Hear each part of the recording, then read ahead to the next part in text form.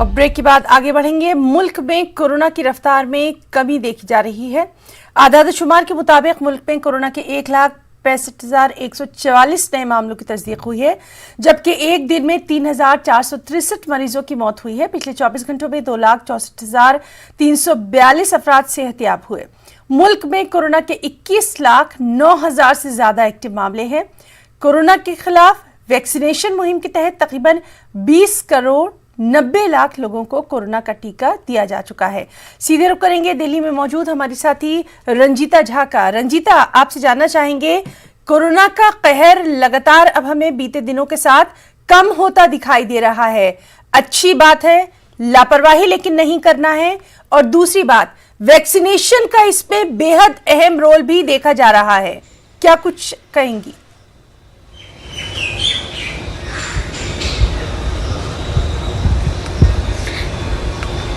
हिना, देखिए, निश्चित तौर पर वैक्सीनेशन और ज्यादा से ज्यादा टेस्टिंग, ये दो चीजें थी जिसको सरकार लगातार दोहरा रही थी। केंद्र सरकार लगातार ये कह रही थी कि राज्य सरकारें इन दोनों चीजों पर खास ध्यान दें। टेस्टिंग के जरिए घबराने की जरूरत नहीं है कि कितने आंकड़े आ रहे हैं, बल्कि वो एक एहतियात होगा ताकि पता चल पाए कि कितने पॉजिटिव लोग हैं और किस तरह से उनका इलाज किया जाए, चाहे वो होम क्वारंटाइन की बात हो या फिर जो सीरियस है उनको अस्पताल में भर्ती कराने की बात हो।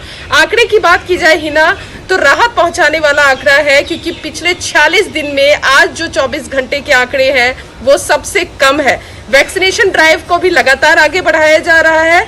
21 करोड़ से ज्यादा वैक्सीन के डोजेज लग चुके हैं। इसके अलावा अगर हम टेस्टिंग की बात करें तो पिछले जो अब तक जो टेस्टिंग हुई है वो 30 करोड़ से ज्यादा टेस्टिंग की गई है। वैक्सीनेशन को लेकर लगातार राज्य सरकारें जो है वो केंद्र सरकार के साथ तालमेल बैठाए हुए हैं। हालांकि इस पर कई बार राजनीति भी देखने को मिली है।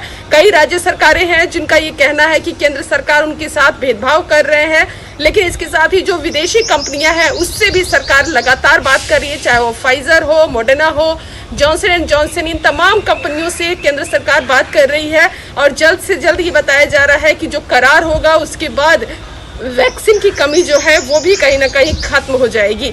अनलॉक की बात अगर करें हिना, तो कई राज्य सरकारें हैं जो ये कह रही है कि अब क्योंकि स्थिति संभली है तो ऐसे में अनलॉक की प्रक्रिया शुरू की जाए।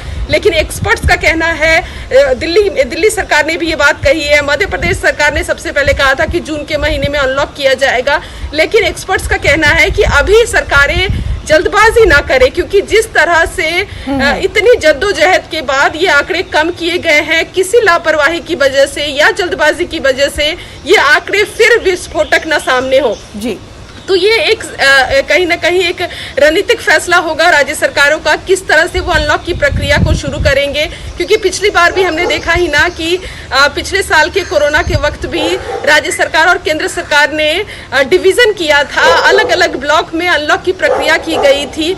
उसी तरह की प्रक्रिया को अपनाने की कोशिश इस बार भी की जाएगी। जी रंजीता, और देखना अहम होगा कि 1 जून से कौन कौन सी स्टेट्स, कौन कौन सी रियासतें हैं जो अनलॉक के लिए थोड़ा सा कदम आगे बढ़ाएंगी, किस तरह की नरमी जो है वो लॉकडाउन में दी जाएगी। बहुत बहुत शुक्रिया रंजीता आपका तमाम तर तफसीलात के लिए। आगे बढ़ेंगे। मोदी सरकार के 7 साल पूरे होने पर